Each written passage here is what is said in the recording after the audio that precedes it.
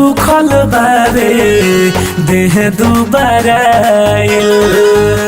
ठीक समय पाबारू हमसे भेटाइल। अरे क्या समस्या है बताओ? मोह तहर सूखल बारे देह दुबारा ठीक समय पाबारू हमसे भेटाइल।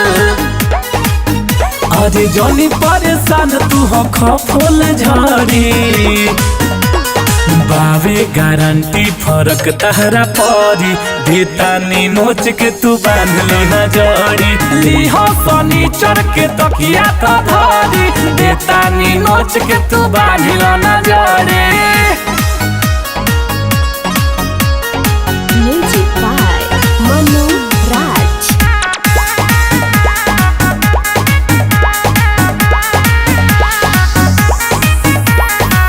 देहिया मोट होई ऐसन सपोर्ट होई सारा खत्म तारा भीतर के चोट होई तारे सब दुख दूर हो जाई। देहिया मोट होई ऐसन सपोर्ट होई सारा खत्म तारा भीतर के चोट होई। ऐसन इलाज सुन के होना करी बावे गारंटी फरक तहरा परी देतानी नोच के हई बांधलो ना जड़ी लीहो फर्नीचर के तकिया तो धरी देतानी नोच के तू बांध ले जड़ी।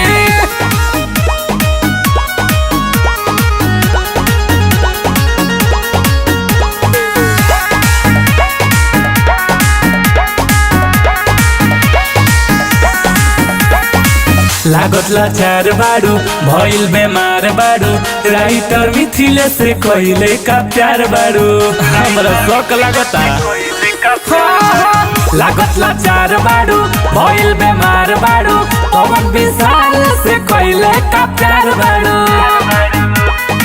राहो विकास सब दुख ली हरी बावे गारंटी फरक तहरा परी देतानी नोच के हई बांधल तू जड़ी लीहो फर्नीचर के तकिया तो धरी देतानी नोच के तू बांधल ना जड़ी।